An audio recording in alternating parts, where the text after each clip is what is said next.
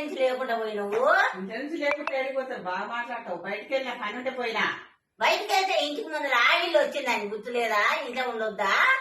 వస్తూనే ఉన్నా కదా. మరి వస్తే వచ్చినప్పుడు ఆడిల్లు వచ్చినప్పుడు కాలు మొక్కాలి. ఎప్పుడు వచ్చిన వదినానాలే. ఇంతేనా? ఇదేనా పద్ధతులు? అంతేనా? మరి నేను ఒక ఇంటికి ఆడవిల్లనే కదా. నా కాలు ఒక్కరైనా ఇన్నేళ్ళు పెళ్ళి 30-35 ఏళ్ళు అవుతుంది. ఎవరు మొక్కరాయనే? ఏమో వాళ్ళకేందో మరి.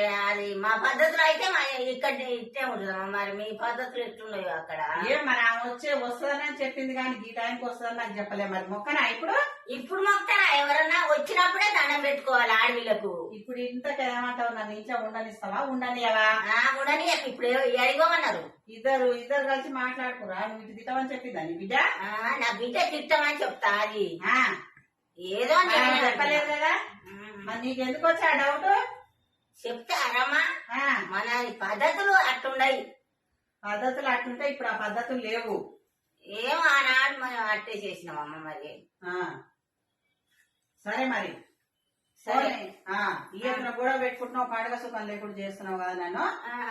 మరి వెళ్ళిపోతావు. ఇంతకుముందు ఒకసారి ఎలాగొచ్చావు. కట్నం చేయమని ఎలాగొట్లే? ఎవరన్నా ఆడవిళ్ళు వస్తే పోతారమ్మా. ఆడవిళ్ళు వస్తే ఏం బోరు. మరి నువ్వు ఉండనిస్తలేవు కదా ఆడవిళ్ళతో.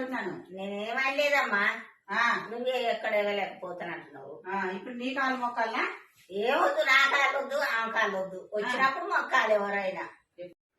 నువ్వు అన్నయ్య నేనేం పట్టించుకోను కానీ. బాగుందా వదినా? ఎప్పుడు వచ్చారు? ఇక మీ అమ్మాయి ఎప్పుడు అట్లనే మాట్లాడుతుంది. ఆ అన్నయ్యని నేనేం పట్టించుకోను, మీరు కూడా ఏం పట్టించుకోదు. పెద్ద మనిషికి ఆమెకి ఏం అంటలే. వెనకటివి కదా. మనం సంతోషంగా దీపావళి పండుగ చేసుకుందాం. సరేనా? మంచిది ప్రేమ.